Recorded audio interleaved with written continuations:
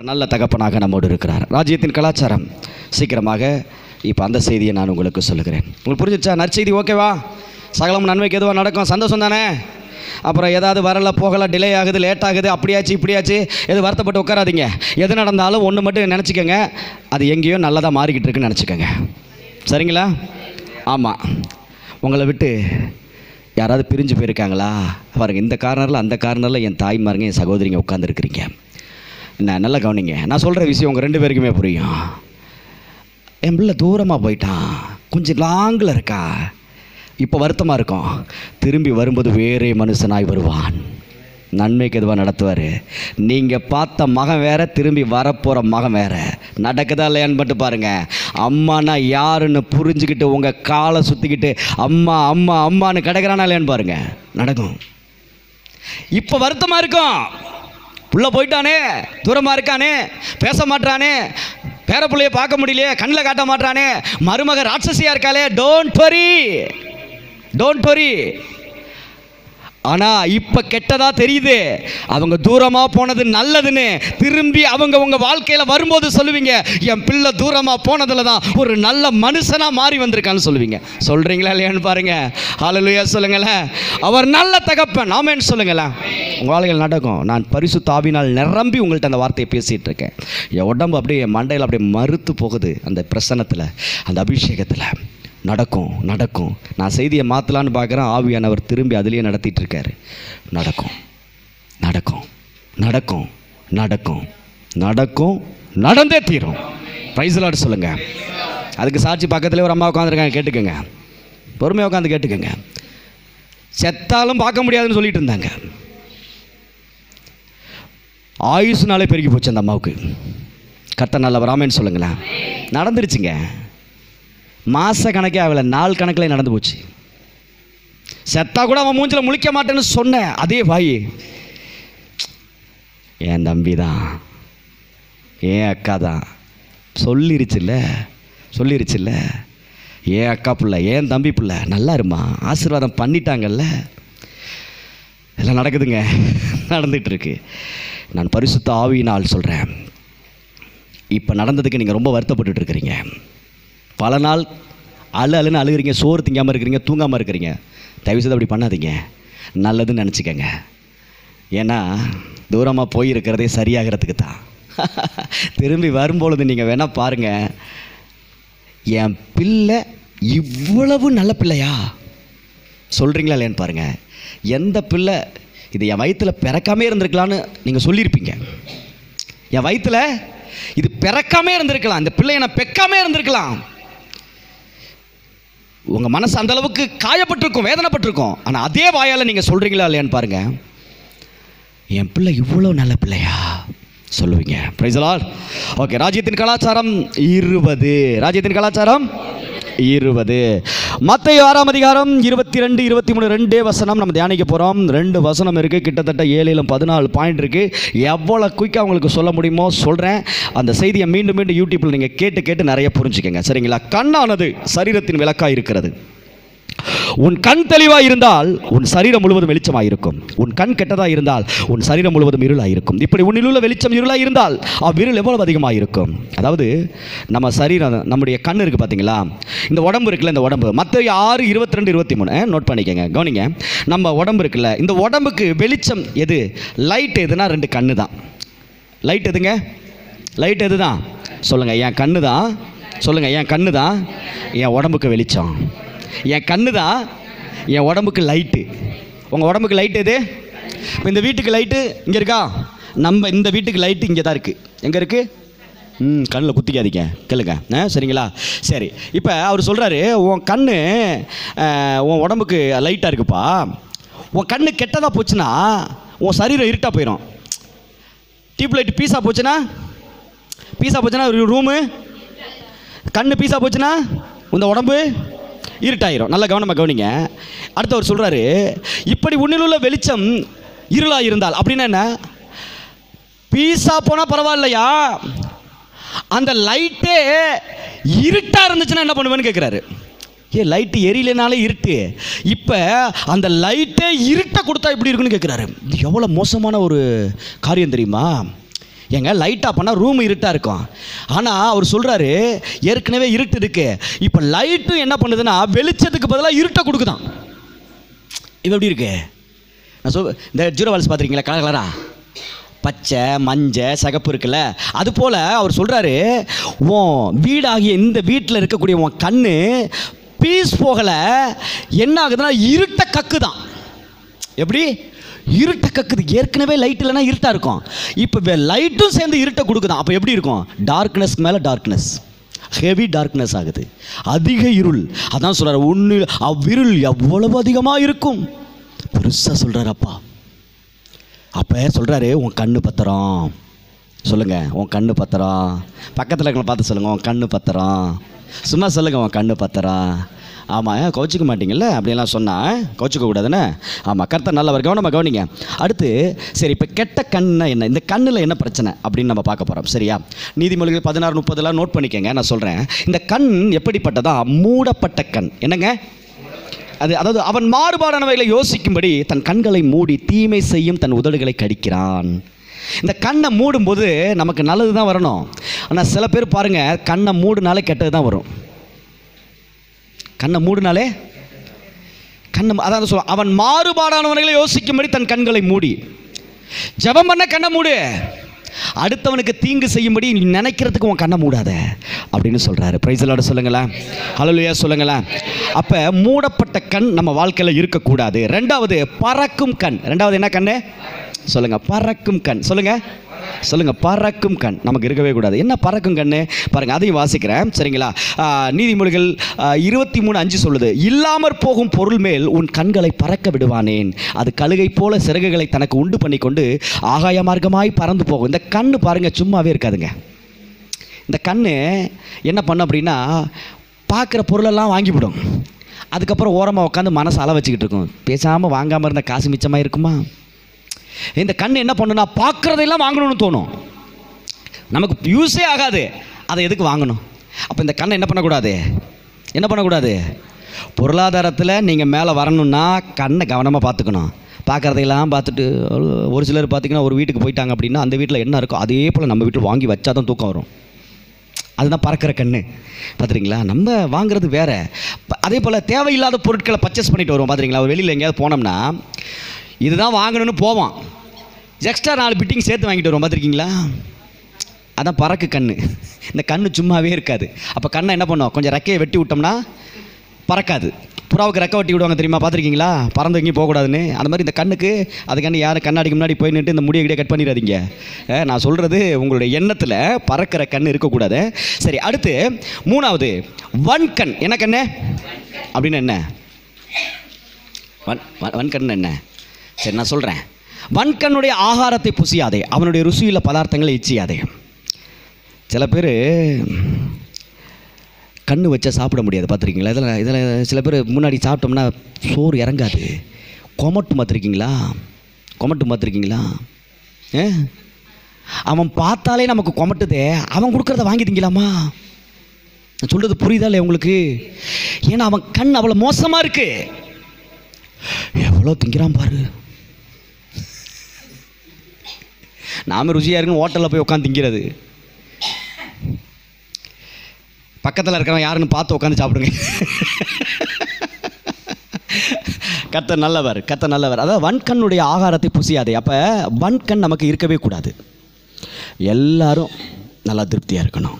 சரிங்களா? சரி, ஓகே. அடுத்து இது முக்கியமான கண். நீதிமொழிகள் 23:33 உன் கண்கள் பரஸ்திரியை நோக்கும், உன் உள்ளம் தாறுமாறானவைகளை பேசும். ஆபாச கண்ணு. அடுத்து என்ன கண்ணு? 4வது கண்ணு என்ன கண்ணு? ஆமாம்,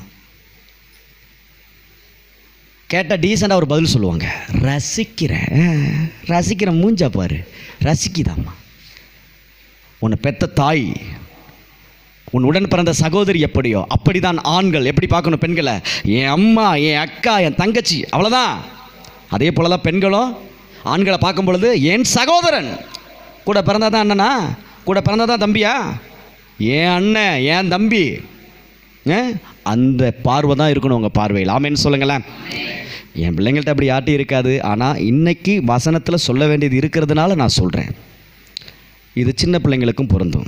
ஏன்னா இன்றைக்கெல்லாம் 5வது படிக்கும்போதே விவரம் நல்லா தெரிய ஆரம்பிச்சிருது. அதனால் தெளிவாக புரிஞ்சுக்கணும். கூட படிக்கிற பிள்ளைங்களாம் யார்?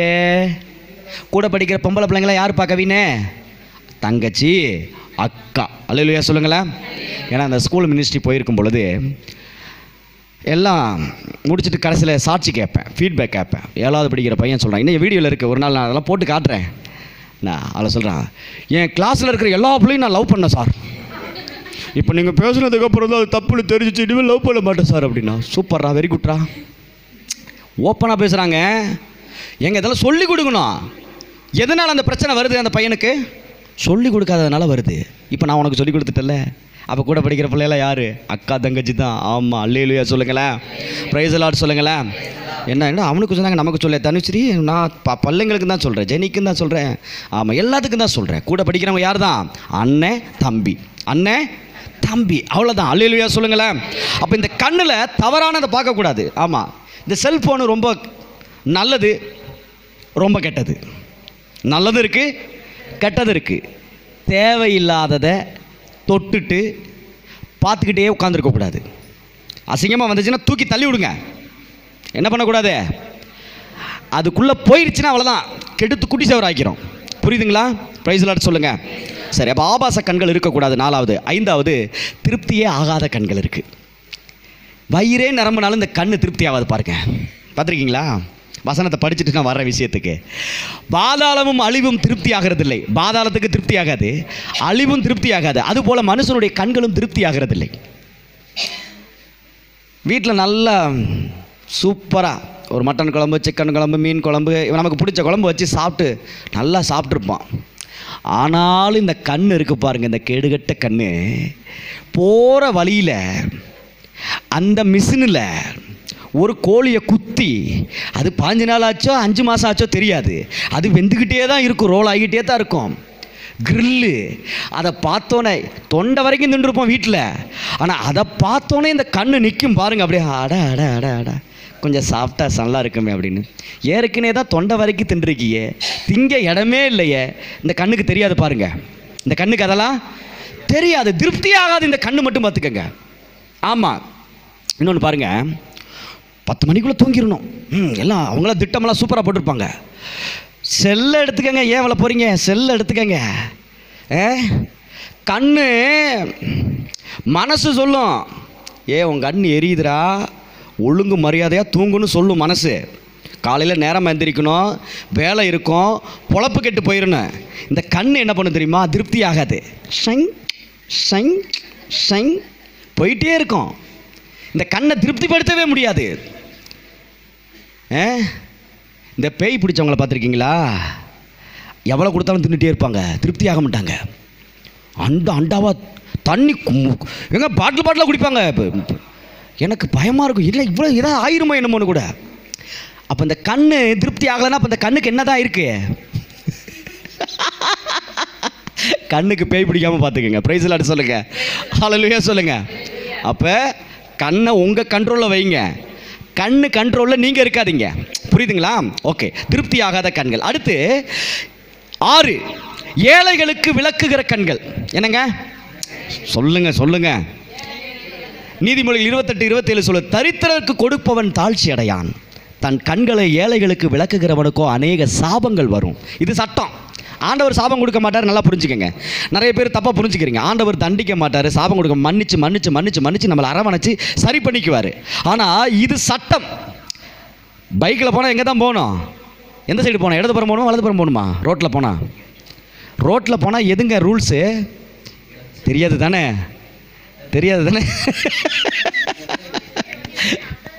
ரோட்டில் எப்போ போனாலும் இடது பக்கம் தான் போகணும். நடந்து போனாலும், பைக்கில் போனாலும், காரில் போனாலும் சீக்கிரம் போகணுன்ட்டு ஆப்போசிட்டில் போகாதீங்க, தப்பு. விபத்து ஏற்பட வாய்ப்பு இருக்குது. அதனால் எப்போவுமே நம்ம இடதுபுறம் தான் போகணும். இது இந்தியன் ரூல்ஸு. வெளிநாட்டில் சில நாடுகளில் வலதுபுறம் தான் போவாங்க. புரியுதுங்களா? சரி, நல்லா கவனிங்க. இப்போ அதுபோல தான் இது என்ன சட்டம்னா, தன் கண்களை ஏழைகளுக்கு விளக்குகிறவனுக்கும் அநேக சாபங்கள் வரும். சாபம் வந்தால் அதை நம்ம எந்திரிக்கவே முடியாது. அப்போ என்ன சொல்ல வருது அப்படின்னா, இந்த கண்கள் ஏழைகள் மேலே இறக்கப்படணும். அழுக்கு ட்ரெஸ்ஸோட முடியாதவங்க, பசி, ஐயா சாமின்னு கேட்டாங்கன்னா தயவுசெய்து கண்ணை திருப்பிட்டு சில பேர் பார்த்துருக்கீங்களா, திரும்பி நின்றுக்குவாங்க. ஆள் வெள்ளையும் சொல்லையுமா மோதிரம் செயினெல்லாம் போட்டிருப்பான், 10 பைசா போட மாட்டான். அவன் கிடக்கான் பிச்சைக்கார பையன் 5 பைசாவை போடுறான். அப்படிங்கிற மாதிரிலாம் என்ன பண்ணக்கூடாது. நம்ம என்ன பண்ணோம், இருக்கிற 10 5 என்ன பண்ணுங்க, ஏழைகளுக்கு கண்களை விளக்கக்கூடாது. அவங்க குடிக்கிறாங்க, அவங்க என்னமோ பண்ணுறாங்க, நமக்கு தேவையில்லை. நம்மளை பார்த்து சாமின்னு கை நீட்டான், அவனுக்கு 5 10 கொடுக்கறதுக்கு என்ன கொடுக்கணுமா இல்லையா? போன வாரமே நான் சொன்னது தான். நீங்கள் பிச்சைக்காரங்களுக்கு கொடுக்கறது ஒரு பக்கம், இன்னொன்று உங்கள் சொந்த பந்தங்கள் கஷ்டப்படுறாங்கன்னா அவங்களுக்கு என்ன பண்ணுங்கள், சாப்பாட்டுக்கே கஷ்டப்படுறாங்கன்னா ஏதோ ஒன்று உதவி செய்யுங்க. இதெல்லாம் நம்ம செய்யும் பொழுது என்ன வரும், சாபத்துக்கு பதில் அப்போ என்ன வரும், ஆசீர்வாதம் வரியா உள்ள. அல்லேலூயா சொல்லுங்களேன். ஏழைகளுக்கு கண்களை விளக்கினால் அநேக சாபங்கள் வரும் எழுதப்பட்டிருக்கு. அதே ஏழைகளுக்கு மனமிறங்கி செஞ்சோம்னா அநேக ஆசீர்வாதங்கள் உண்டா இல்லையா? ஆப்போசிட்டாக தானே, எதிர் சொல்ல தானே. பிரைஸ் லார்ட் சொல்லுங்களேன். அப்போ இந்த கண்ணை ஏழைகளுக்கு என்ன பண்ணக்கூடாதுங்க, விளக்கக்கூடாது. ஆமாம், அதுக்காண்டி வீட்டில் இருக்கிற டிவியை தூக்கி பிச்சைக்காரனுக்கு கொடுத்துடக்கூடாது, பைக்கை தூக்கி கொடுத்துடக்கூடாது. சில பேர் ஓவர் கான்ஃபிடென்ட் ஆகிடுவாங்க, பார்த்துக்கங்க. ஆமாம், கர்த்தர் நல்லவர், உதவி செய்யணும். எனக்கு தெரிஞ்ச ஒரு அம்மா அப்படி தான், ரொம்ப நல்ல பையன், எனக்குன்னு யாரும் இல்லை, எனக்கு ஒரே ஒரு வீடு தான் இருக்குது, அந்த பையன் பேரில் நான் எழுதி வைக்கிறேன். இந்த அம்மா உயிரோடு இருக்கும்போது இன்னொரு பையன் பேரில் வீடு எழுதி வைக்கிறேங்கிறாங்க. சோத்திரம், அல்லேலூயா சொல்லுங்களேன். அந்த அளவுக்கு ரொம்ப இதாகவும் போயிடக்கூடாது. ஏழைகளுக்கு உதவுங்க அப்படிங்கிறத நான் சொல்கிறேன். கர்த்தர் நல்லவர். ஏன்னா எதை செஞ்சாலும் கொஞ்சம் திருத்தமாக சொல்லணும், பார்த்துக்கங்க. ஏன்னா நம்ம பிள்ளைங்க ரொம்ப குழந்தைங்க, ஓவர் கான்ஃபிடென்ட் ஆகிடக்கூடாது. சரி, கர்த்தர் நல்லவர், கவனிங்க. அடுத்து 5 சொல்லிட்டேனா, 6 சொல்லிட்டேனா, 7 கொழுப்பெடுத்த கண்கள். என்ன பாஸ்டர் இப்படியெல்லாம் பேசுறீங்க? நான் சொல்லிங்க, பைபிளில் எழுதியிருக்கீங்க, நான் சொல்கிறேன் பாருங்கள். சங்கீதம் 73:7 சொல்லுது, அவர்கள் கண்கள் கொழுப்பினால் எடுப்பாய் பார்க்கிறது, அவர்கள் இருதயம் விரும்புவதிலும் அதிகமாய் நடந்திருக்கிறது. அப்போ அவர்கள் கண்கள் கொழுப்பினால் எடுப்பாக பார்க்கறது. இன்னும் சில பேருக்குள்ளே தெரியாமல் பண்ணுறது தான். அப்படி யாருக்குள்ளே அது இருந்துச்சுன்னா சரி பண்ணிக்கணுங்கிறதுக்காக தான் இப்போ சொல்லிக் கொடுக்குறது. சரிங்களா? என்னென்னா, கொஞ்சம் நம்ம செட்டில் ஆகிறோம், கொஞ்சம் நார்மல் ஆகிறோம் அப்படின்னாலே நமக்கு கீழே இருக்கிறவங்கள ஒரு பார்வை பார்ப்போம். பார்த்துருக்கீங்களா?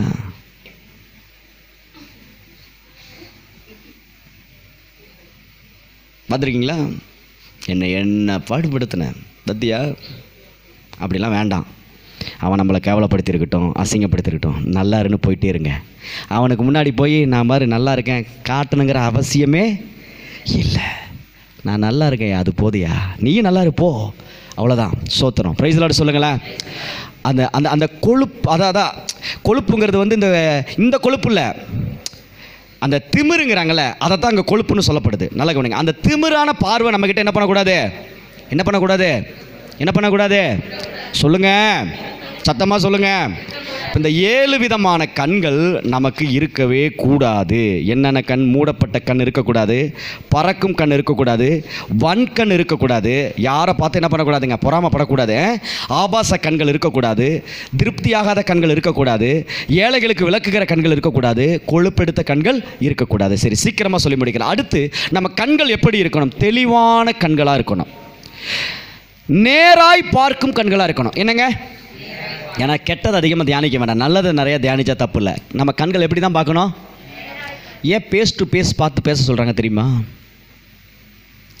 ஆணை பார்த்தாலும் பெண்ணை பார்த்தாலும் முகத்துக்கு முகம் நேராக பார்த்து ஏன் பேச சொல்கிறாங்க தெரியுமா? கண்ணும் பார்த்து பேசும் பொழுது அந்த இடத்துல தப்பு வராது, தவறான மண்டைக்குள்ளே வேறு எதுவும் ஓடாது. அதனால தான் கண்ணு பார்த்து பேசணும். ஆமேன்னு சொல்லுங்களேன். பிரைஸ் லார்ட் சொல்லுங்களேன். அவர் நல்ல தேவன். ஆமேன்னு சொல்லுங்களேன். அப்போ நேராய் பார்க்கும் கண்கள். ஏன்னா சில பேரை பார்த்தோம் அப்படின்னா பேசிகிட்டே இருப்பாங்க, ஆனால் அவங்க பார்வை வேறு எங்கேயோ போயிட்டுருக்கும். இவங்க 4 வார்த்தை பேசாததுக்குள்ள இங்கே ஸ்கேன் பண்ணி முடிச்சிடும். என்ன கலர் புடவை கட்டியிருக்காங்க, என்ன செயின் போட்டிருக்காங்க, என்ன மோதிரம் போட்டிருக்காங்க, என்ன மெட்டி போட்டிருக்காங்க, கொலுசு போட்டிருக்காங்க, எப்படி ஒரு ரவுண்டு போயிட்டு வந்துடும். பார்த்துங்க, என்னை மதித்து ஒருத்தர் பேசுகிறாங்க, அவன் கண்ணை பார்த்து நான் பேசணும். ஆமேன்னு சொல்லுங்களேன். பிரைஸ் லார்ட் சொல்லுங்களேன். அவர் நல்ல தேவன். ஆமேன்னு சொல்லுங்களேன். அப்போ நேராய் பார்க்கும் கண்கள் நமக்கு எப்பொழுதுமே இருக்கணும். அடுத்து செவ்வையாய் பார்க்கும் கண்கள். சில பேர் நேராக தான் பார்ப்பாங்க, இப்போ நேராக பார்ப்பேங்கிற, இப்படி நேராக பார்ப்போம், இப்படி பார்த்துக்கிட்டே தான் இருப்போம், ஆனால் மனசுக்குள்ளே ஓடிட்டுருக்கோம். நேராக பார்த்துக்கிட்டே இருப்போம், ஆனால் உள்ளே ஒன்று ஓடிட்டுருக்கோம். நாளும் சைஸையும் பாரு, அப்படியே சிரிச்சுக்கிட்டு அப்படியே பார்த்துக்கிட்டு தான் இருப்பான். சரியான பைத்தியமாக இருக்க மாட்டிருக்கு. அப்படி நேராக பார்த்துக்கிட்டே இங்கே மனசுக்குள்ளே ஓடிட்டுருக்கோம். என்ன கொடுமையான, உண்மையிலே சொல்கிறேன், மனுஷனை எப்படி கெடுத்து வச்சுருக்கான் பாருங்கள் பிசாசு. மோசமான சிப்பை உள்ளே மாட்டி விட்டு மனுஷனை, பாவம், ஆண்டவர் அவர் சாயலில் படைச்சாரு. எப்பா சரி, கர்த்தர் நல்லவர். அதனால் செவ்வாயாக பார்க்கணும். பார்க்குறது பிரச்சனை இல்லை. ஆண்டவர் எவ்வளோ நல்லா வச்சுருக்காரு, என் சகோதரன் எவ்வளோ ஆரோக்கியமாக இருக்காங்க, என் சகோதரி எவ்வளோ ஆரோக்கியமாக இருக்காங்க, என் பிள்ளைங்க எவ்வளோ நல்லா இருக்காங்க, அந்த மனநிலையோடு பார்க்கணும். பிரைஸ் லார்ட் சொல்லுங்களேன். அது நீதிமொழிகள் 4:25 அது சொல்லப்படுது. உன் கண்கள் நேராய் நோக்க கடவுது, உன் கண்ணிமைகள் உனக்கு முன்னே செவ்வையாய் பார்க்க கடவுது. ஆமேன். ஓகே, அடுத்து 3வது ஒளியுள்ள கண்கள். என்னங்க? நீதிமொழிகள் 15:30 சொல்லுது, கண்களின் ஒளி இருதயத்தை பூரிப்பாக்கும். அப்போ ஒளியுள்ள கண்கள், அப்போ வெளிச்சம்னாலே நல்லதுன்னு அர்த்தம். அப்போ முடிஞ்ச வரைக்கும் நல்லவைகளை நம்ம கண்கள் பார்க்கும் பொழுது என்ன ஆகும்? இருதயம் பூரிப்பாகும். இந்த சந்தோஷம்னு நம்ம என்ன பண்ணுறோம்? எங்கெங்கே போய் தேடுறோம். இந்த சந்தோஷம் எங்கே இருக்குது தெரியுமா? கண்ணில் தான் இருக்குது. நிறைய நல்லதை பாருங்கள். அதனால தான் நல்லதை பார்க்குறதுக்கு உங்களுக்கு அனுப்புகிறேன், நல்லதை கேட்குறதுக்கு அனுப்புகிறேன். வெறும் வாய்ஸ் மட்டும் பேசி அனுப்பலை, நான் உங்களுக்கு வசனத்தையும் அனுப்புகிறேன். ஏன்? கண்ணில் நல்லதை பாருங்கள். நல்லதை பார்க்கத்தான் பெரிய புஸ்தகத்தை கர்த்தர் நம்ம கொடுத்துருக்காரு. அதனால் தயவு செய்து நல்லதை பார்க்க விரும்புகிறவங்க உங்கள் வீட்டில் கட்டாயம் ஒரு பைபிள் வாங்கி வச்சுருங்க. சரிங்களா? பைபிள் வாங்க யாராருக்கெல்லாம் பைபிள் வேணும்னு சொல்லுங்கள். பைபிள் கடைக்கார ஒரு நாள் வர சொல்கிறேன். நீங்கள் என்ன பண்ணுங்கள், நேரடியாக அவர்கிட்டயே டீல் பண்ணிக்கங்க. உங்களுக்கு எந்த ரேட்டில் எந்த மாதிரி பைபிள் வேணும் வாங்கிக்கங்க. சரிங்களா? கர்த்தர் நல்லவர். ஏன்னா ஏன் அப்படி சொல்கிறேன்னா, நல்லதை பார்க்கணும். என்ன பார்க்கணும்? நல்லதை பார்த்தா என்ன ஆகும்? சந்தோஷம் தன்னை போல வரும். நாம் என்ன பண்ணுவோம்? அடிக்கடி மளிகை கடையில் எழுதியிருக்கிறதான் பார்ப்போம். கடன் கிடையாது,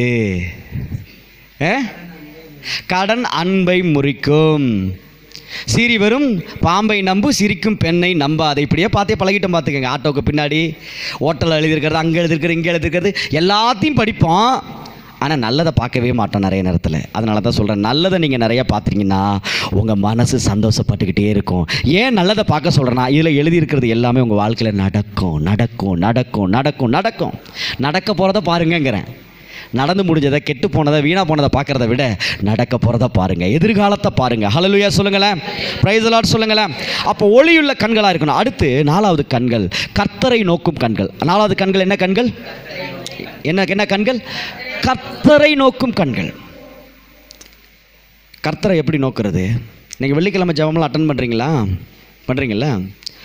எத்தனை பேர் அப்படியே தனியாக அந்த ஃபீல் பண்ணுறீங்க? அப்படியே கண்ணை மூடி அப்படியே ஜெபம் பண்ணிவிட்டு அதை பார்த்துட்டு, நீங்கள் செல்ல பார்க்குற தப்பு இல்லை, ஆனால் அந்த அந்த அந்த உணர்வுக்குள்ளே எத்தனை பேர் உள்ளே போகிறீங்க?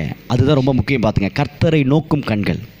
இங்கே வந்து உட்காந்து அப்படியே நேருக்கு நேராக உங்களை நான் பார்க்க சொல்கிறேன் தெரியுமா? இங்கேருந்து புறப்படுகிற வார்த்தை கர்த்தருடைய வார்த்தை. கர்த்தராகவே உங்கள் இடத்துல வருது அந்த வார்த்தை. அப்போ நீங்கள் நேராக பார்க்கும் பொழுது உங்கள் ஆள் மனதுக்குள்ளே போகும். நீங்கள் கீழே குனிஞ்சு கோலம் போட்டாலோ, பாயை சுரண்டுனாலோ, எங்கேயாவது புண்ணு இருந்து சொரிஞ்சிட்டு இருந்தாலோ, பேனு கடிக்குதுன்னு சொரிஞ்சாலோ உள்ளே போகாது. பார்த்துக்குங்க. நான் சொல்கிறது உங்களுக்கு புரியுதா? என் ஆண்டவர் எனக்கானதை பேசி கொண்டு இருக்கிறார். இந்த வார்த்தை எனக்கானது வந்து கொண்டு இருக்கிறது அப்படின்னு எதிர்நோக்கி கவனமாக வேறு எங்கேயும் நம்மளை சுற்றி என்ன நடந்தாலும் கண்டுக்கவே கூடாது. என்ன பண்ணோம்? நேராக பார்த்துட்டே இருக்கணும். என்னை பார்த்துக்க. ஏன் டிவியில் பார்க்குறது மட்டும் எப்படி மண்டையில் பதியுது தெரியுமா? ஏன்னா கண் சிமிட்டுறதுக்கே சில நேரத்தில் மறந்துடுவோம். சில ரெஸ்ட் ரூம் போகிறது கூட மறந்து உட்காந்துருப்போம். முடிவிட்டு அப்புறம் போய்க்கலாம். உட்காந்துருக்கோம்ல, டிவி பார்க்க அவ்வளோ ஆர்வம். ஆனால் தேவ சமூகத்தில் உட்காந்துருக்கும் போது நம்ம எப்படி தான் இருக்கணும்? அவ்வளோ ஆர்வத்தோட, அவ்வளோ உற்சாகத்தோட எனக்காக என் ஆண்டவர் பேசுகிறார். அவ்வளோ கவனமாக பார்த்து கேட்கணும். கண்ணை மூடி கேட்குறதுல ஒன்றும் இல்லை, பார்த்து கேட்கணும். பிரைஸ் தி லார்ட் சொல்லுங்களேன். கர்த்தர் நல்லவர். ஆமென் சொல்லுங்களேன். சரி, அடுத்து கர்த்தரை நோக்குங்கள். 5வது பலனை பார்க்கும் கண்கள். உன் கண்களால் மாத்திரம் நீ அதை பார்த்து துன்மார்க்கு வரும் பலனை காண்பாய். உன் பக்கத்தில் 1000 பேர், உன் வலதுபுறத்தில் 10000 பேர் விழுந்தாலும் அது உன்னை அணுகாது. உன் பக்கத்து வீட்டில் நடக்கிற மாதிரி உனக்கு நடக்காது. நிறைய பேருக்கு என்ன பயம் தெரியுமா? பக்கத்து வீட்டில் நான் சண்டை நடக்கிற மாதிரியே இவங்களுக்கு பயம் வந்துடும். நாளைக்கு நம்ம வீட்டில் இப்படி தான் நடக்குமோ? ஏங்க அப்படி நினைக்கிறீங்க? அப்படிலாம் நடக்காதுங்க. பக்கத்தில் என்ன நடந்தாலும் எனக்கு அப்படி நடக்காதுன்னு நீங்கள் நம்புங்க முதல்ல. ஆமேன்னு சொல்லுங்களேன். எய்த்த வீட்டில் என்ன நடந்தாலும் எனக்கு அப்படி நடக்காதுன்னு சொல்லுங்கள். ஆமேன்னு சொல்லுங்களேன். எய்த்த வீட்டில் திடீர்னு நெஞ்சை பிடிச்சிட்டு கீழே விழுந்து செத்து போயிட்டாங்களா, ஐயோ உங்களுக்கு நெஞ்சு வலிக்கும் போது அவனை போல் செத்துருவோன்னு பயப்படாதீங்க. அவர் தான் சொல்லுவோம், பக்கத்தில் நடந்தாலும் உன் பக்கத்தில் இருக்கிற ஒருத்தருக்கு நடந்தாலும் சரி, 10,000 பேருக்கு நடந்தாலும் சரி, எதுவும் உங்களை பண்ணாது. ஆமேன்னு சொல்லுங்களேன். பிரைஸ் லார்ட் சொல்லுங்களேன். அவர் சொல்கிறார், துன்மார்க்கருக்கு வரும் பலனை நீ கண்ணால் நீ பார்க்கத்தான் போகிற. யாராவது ஏதாவது பேசினா சமாதானமாக போ, அமைதியாக போ, மன்னிச்சுட்டு போன்னு சொல்கிறாரா? என்ன காரணம் தெரியுமா? நீ அமைதியாக போ. அவன் செய்கிற சேட்டைக்கு அந்த சேட்டையை அவன் ஆஃப் பண்ணி உட்கார வைக்கும், உன் கண்ணால் நீ பார்க்குறே இல்லைன்னு பாருன்னு சொல்கிறார். புரியுதுங்களா இல்லையா? ஹல்லேலூயா சொல்லுங்களேன். சரி, அடுத்து வேதத்தில் உள்ள அதிசயங்களை பார்க்கும் கண்கள். வேதத்தில் இருக்கிற அதிசயங்களை கர்த்தரை நோக்க ஆரம்பிச்சிட்டிங்க, பைபிளை படிக்க ஆரம்பிச்சிட்டிங்கன்னா என்ன நடக்கும்? இதில் இருக்கிற அதிசயங்கள் எல்லாம் நிறைய ஏகப்பட்ட அதிசயம் இருக்குது. திரும்ப திரும்ப படித்து பாருங்கள், அவ்வளோ அதிசயம் இதில் இருக்குது. ஒரே வசனம் பல விதத்தில் உங்களோட பேசும். அடுத்து கடைசியை சொல்ல போகிறேன். மாயையை பாராத கண்கள். மாயையை பாராதபடி நீர் என் கண்களை விலக்கி உமது வழிகளில் என்னை உயிர்ப்பியும் என்று தாவீது சொல்லுகிறார். மாயை என்னென்னு தெரியுதுங்களா? எப்போ பார்த்தாலும் மாயைன்னா நான் உங்களுக்கு எதுன்னு சொல்கிறேன். வியாதி மாயை, தரித்திரம் மாயை, கவலை மாயை, சங்கடம் மாயை. உங்கள் வாழ்க்கையில் எதெல்லாம் பெருசாக நீங்கள் நினச்சிட்டு இருக்கீங்களா பிரச்சனைன்னு சொல்லி, அது எல்லாம் மாயை. மாயைன்னா புரியுதுங்களா? மாயைன்னா உங்களுக்கு அடிக்கடி டெய்லி ஜபத்தில் சொல்லிகிட்டு இருக்கேன். புகை பார்த்துருக்கீங்களா? புகை, அந்த புகை அப்படியே இருக்குமா இல்லை கலைஞ்சிருமா? மறைஞ்சிருமா மறையாதா? மறைஞ்சிருமா மறையாதா? மறைஞ்சிரும்ல. அதான் மாயை. தெரியுது ஆனால் இல்லாமல் போயிடுது. இப்போ இது பார்க்குறீங்க. போன வாரம் பார்த்தீங்களா பைபிளை? அதுக்கு வாரம் பார்த்தீங்களா? அதுக்கு வாரம் பார்த்தீங்களா? அதுக்கு வாரம் நீங்கள் சர்ச்சுக்கு வரதுலேருந்து இந்த பைபிளை பார்க்குறீங்களா? என்ன பார்க்குறீங்களா? இன்றைக்கும் பார்க்குறீங்களா? இருக்குல்ல. இப்போ இது நிரந்தரம். அந்த பிரச்சனை இருக்குது பார்த்தீங்களா? போன வாரம் கால் வலிக்குதுன்னு சொல்லி இல்லாமல் 2 வாரத்துக்கு முன்னாடி போன விடுதலை ஜபத்தில் சுகமாயிருச்சுல்ல, கால் வலி இருந்துச்சுல்ல, இப்போ இருக்கா? மறைஞ்சு போச்சுல்ல. திருப்பி அந்த வலியை பார்க்க முடியுமா? பார்க்க முடியுமா? சொல்லுங்கள், பார்க்க முடியுமா? ஏதாவது பார்க்க முடியுமா? என்ன சொல்லுங்கள், யாராவது சொல்லுங்கள், ஏதாவது பார்க்க முடியுமா? உங்கள் வாழ்க்கையில் இருந்த பிரச்சனை, போன வாரம் ஒரு பிரச்சனை இருந்துச்சு, ஏம்மா நீங்கள் சொல்லுங்கம்மா, உங்களுக்கு எப்படி வலியாக இருந்துச்சு நெஞ்சில்? இப்போ இருக்காம்மா அந்த வலி? இருக்கா? பார்க்க முடியுதா? உணரதான் முடியுதா? இல்லைல்ல. அதை தான் சொல்கிறேன். வலி இல்லாதப்போ எப்படி இல்லைன்னு சொல்கிறீங்களோ, இருக்கும்போது ஒன்று நினச்சிக்கங்க, இது மறைஞ்சு போயிடும்னு நினச்சிக்கங்க. இது மறைஞ்சு போயிருங்க. கடனாக இருக்கட்டும், தரித்திரமாக இருக்கட்டும், கவலையாக இருக்கட்டும், என்ன வேணாலும் இருக்கட்டும் உங்கள் வாழ்க்கையில், அது மறைஞ்சு போயிடும். அது புகை மாதிரி. அதனால தான் அவர் சொல்ல, மாயையை பாராத கண்களாக இருங்க. எப்போ பார்த்தாலும் என்ன பண்ணக்கூடாது? இந்த கண்ணை வச்சுக்கிட்டு பிரச்சனையவே இந்த கண்ணில் தான் இருக்குது பிரச்சனையே. அது அதிகமாக யோசிச்சு இந்த கண்கள் இந்த கண்ணை மட்டும் சொல்லலைங்க. இது உள்ள ஒரு கண் இருக்குது தெரியுமா? ஆவிக்குரிய கண்கள் ஒன்று இருக்குது. மனசு கண்கள், மனக்கண்கள்னு சொல்லுவாங்க. கேள்விப்பட்டிருக்கீங்களா? மனக்கண்கள். தூங்கிக்கிட்டே இருப்பீங்க, கண்ணை மூடி தான் இருப்பீங்க, ஆனால் உள்ளுக்குள்ளே ஓடிக்கிட்டு இருக்கும். பார்த்துருக்கீங்களா? நீங்கள் பஸ் ஏறுற மாதிரியும் அந்த பஸ்ஸு உங்கள் மேலே ஏறுற மாதிரியும். புரியலையா உங்களுக்கு? என்னம்மா யோசிக்கிறீங்க? அந்த மாதிரி அந்த கண்கள் அப்படியெல்லாம் பார்க்காதீங்கன்னு நான் சொல்கிறேன். சரியா? எல்லாத்தையும் மறந்துட்டு என் ஆண்டவர் எனக்கு எப்பொழுதும் நல்லது தான் செய்வார். ஹல்லேலூயா சொல்லுங்களேன். உங்கள் மனக்கண்களையும் சரியானதை பாருங்கள். உங்கள் இந்த மனுஷ கண்கள், இந்த மாம்ச கண்களையும் சரியானதை பாருங்கள். மாம்ச கண்கள் சரியாக பார்க்க ஆரம்பிச்சிட்டா மனக்கண்கள் சரியாக பார்க்க ஆரம்பிச்சிடும். ஹல்லேலூயா சொல்லுங்கள். பிரைஸ் தி லார்ட் சொல்லுங்கள். கர்த்தர் நல்லவர். ஆமென் சொல்லுங்கள். கர்த்தர் நடத்துவாராக. ஜெபிப்போம். நல்ல தகப்பனே, இந்த நல்ல நாளுக்காக உமக்கு நன்றி. இந்த ஆசீர்வதிக்கப்பட்ட இந்த நாளிலே நீர் எங்களோடு பேசியிருக்கிறீர் ஆண்டவரே. எங்கள் வாழ்க்கையில் எல்லாவற்றையும் எங்களுக்காக யாவையும் செய்து முடித்த கர்த்தர் எங்களோடு இருக்கிறீர் ஆண்டவரே. சகலமும் நன்மைக்கு ஏதுவாக நடத்துகிற நல்ல தகப்பன் எங்களோடு இருக்கீங்க. இன்னைக்கு கேட்ட இந்த வார்த்தை எங்கள் வாழ்க்கையில் ஆழத்துக்கு, மனது ஆழத்தில் அப்படியே பதியிட்டாண்டவரே.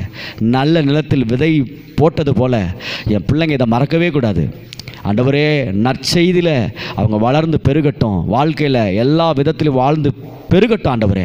அதே போல் ஆண்டவரே இந்த ராஜ்யத்தின் கலாச்சாரத்தை கற்றுக்கொண்டு தேவனுடைய சாயலாக மாறட்டும்னு சொல்லி ஆசீர்வதிக்கிறப்பா. உங்கள் பிள்ளைங்களோடு உங்கள் பாதுகாப்பு இருக்கட்டும், சுகம் இருக்கட்டும், சௌக்கியம் இருக்கட்டும், சந்தோஷம் இருக்கட்டும். என் பிள்ளைகள் தொட்டதெல்லாம் தொலங்கட்டும், நினைச்ச நல்ல காரியம் எல்லாம் நடக்கட்டும் இயேசுவின் நாமத்தினால. இயேசுவின் நாமத்தில் ஜெபிக்கிறேன் ஜீவனுள்ள பரலோக பிதாவே, ஆமென். என் ஆத்துமாவே கர்த்தரை ஸ்தோத்திரி, என் முழு உள்ளமே அவருடைய பரிசுத்த நாமத்தை ஸ்தோத்திரி. என் ஆத்துமாவே கர்த்தரை ஸ்தோத்திரி, கர்த்தர் செய்த சகல உபகாரங்களை மறவாதே. ஆமென், ஆமென். நம்முடைய கர்த்தராகிய இயேசு கிறிஸ்துவினால் நமக்கு ஜெயம் கொடுத்த தேவனுக்கு, சத்தமா சொல்லுங்க, நம்முடைய கர்த்தராகிய இயேசு கிறிஸ்துவினால் நமக்கு ஜெயம் கொடுத்த தேவனுக்கு, நம்முடைய கர்த்தராகிய இயேசு கிறிஸ்துவினால் நமக்கு ஜெயம் கொடுத்த தேவனுக்கு. கர்த்தர் உங்களை ஆசீர்வதித்து உங்களை காக்க கடவர். கர்த்தர் தம்முடைய முகத்தை உங்கள் மேல் பிரகாசிக்க பண்ணி உங்கள் மேல் கிருபையாக இருக்க கடவர். கர்த்தர் தம்முடைய முகத்தை உங்கள் மேல் பிரசன்னமாக்கி உங்களுக்கு சமாதானம் கட்டளையிட கடவர். ஆமென். அல்லேலூயா, ஹல்லேலூயா, ஹல்லேலூயா. Praise the Lord, praise the Lord. சொல்லுங்க, ஒருத்தரை பார்த்து ஒருத்தர் சொல்லுங்க, சகலமும் நன்மைக்கு எதுவாக நடக்கும். சகலமும் நன்மைக்கு எதுவாக நடக்கும்.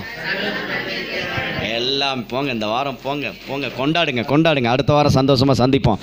வெள்ளிக்கிழமை எல்லாரும் என்ன பண்ணுங்க, வீடியோ வேறு ஓடிட்டு இருக்கு. சோத்திரம், கர்த்தர் நல்லவர்.